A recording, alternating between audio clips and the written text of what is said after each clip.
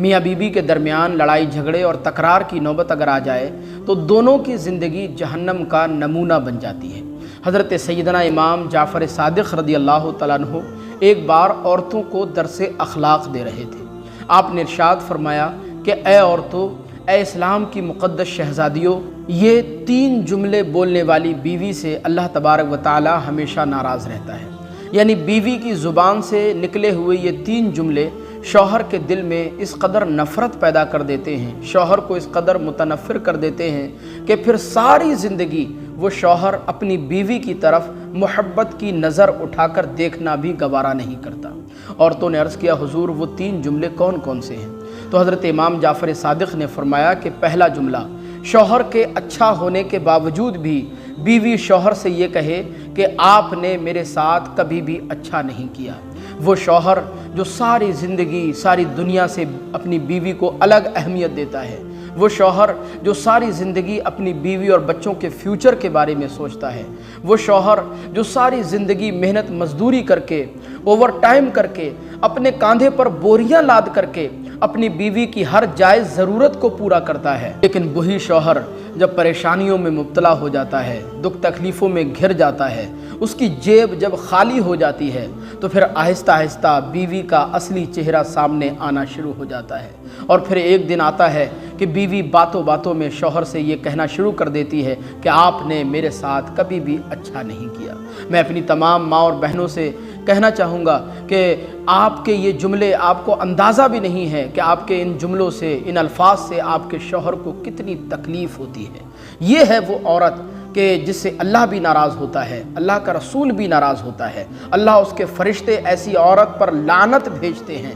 اور ایسی عورت کی کوئی عبادت، نماز، روزہ، حج، زکوٰۃ، کوئی عبادت اس وقت تک اللہ کی بارگاہ میں قابل قبول نہیں ہوتی جب تک یہ عورت اپنے شوہر سے معذرت نہ کر لے، اپنے شوہر سے معافی نہ مانگ لے، اپنے شوہر کو راضی نہ کر لے۔ حضرت امام جعفر صادق فرماتے ہیں کہ دوسری چیز، یعنی تمام ضروریات پوری ہونے کے باوجود بھی شوہر کی ناشکری کرنا۔ حضور اکرم صلی اللہ علیہ وسلم نے ارشاد فرمایا کہ معراج کی رات میں نے چند عورتوں کو ان کی زبانوں کے ساتھ لٹکتے ہوئے دیکھا۔ یعنی حضور فرماتے ہیں کہ میں جب معراج کو تشریف لے گیا تو میں نے جہنم کا نظارہ کیا، جہنم میں جھانک کر کے دیکھا تو میں نے دیکھا کہ ایک عورت کو اس کی زبان کے بل الٹا لٹکایا ہوا ہے۔ آپ ذرا اندازہ فرمائیں کہ جو عورت اپنی زبان کے بل الٹی لٹکی ہوئی ہو تو اس کی زبان کتنی لمبی ہوگی۔ اللہ اکبر۔ حضور اکرم صلی اللہ علیہ وسلم نے حضرت جبرائیل امین سے پوچھا کہ جبرائیل یہ کون عورت ہے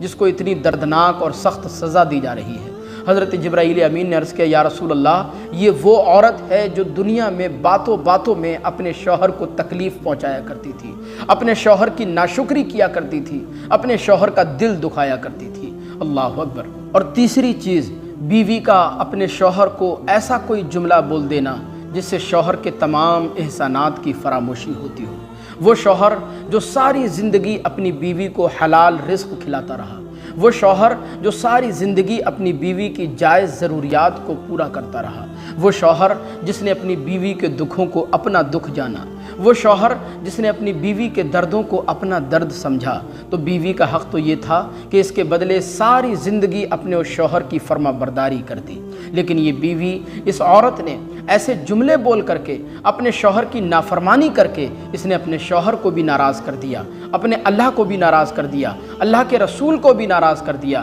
لہذا میری ماں اور بہنوں، میں آپ سے گزارش کر رہا ہوں کہ خدا کے لیے اپنے شوہروں کی عزت کیا کرو، اپنے شوہروں کا احترام کیا کرو، اپنے شوہروں کی فرما برداری کیا کرو، اپنے شوہروں کی مقام اور ان کے مرتبے کو، عظمت کو سمجھا کرو۔ شوہروں کے مقام کو، اس کے مرتبے کو ان عورتوں سے سمجھو کہ جن عورتوں کے شوہروں کا انتقال ہو چکا ہے، یا جو عورتیں طلاق یافتہ ہیں، جن کے سروں پر شوہروں کا سایہ نہیں رہا، ان عورتوں سے سمجھو کہ شوہروں کا مقام کیا ہوتا ہے۔ لہذا آپ رسول پاک صلی اللہ علیہ وسلم کی امت میں ہیں، اسلام کی مقدس شہزادی ہیں، حضرت فاطمہ الزہرا رضی اللہ تعالی عنہا کی ماننے والی ہیں، حضرت فاطمہ الزہرا سے سیکھیے کہ شوہر کے مقام کو کیسے سمجھا جاتا ہے، شوہر کی عزت کیسے کی جاتی ہے، اس کا احترام کیسے کیا جاتا ہے، شوہر کی فرما برداری کیسے کی جاتی ہے۔ یہ ساری چیزیں اگر آپ نے سیکھ لیں، اس پر عمل کر لیا تو انشاءاللہ دنیاوی زندگی بھی آپ کی خوبصورت ہوگی اور مرنے کے بعد آخرت کی زندگی بھی آپ کی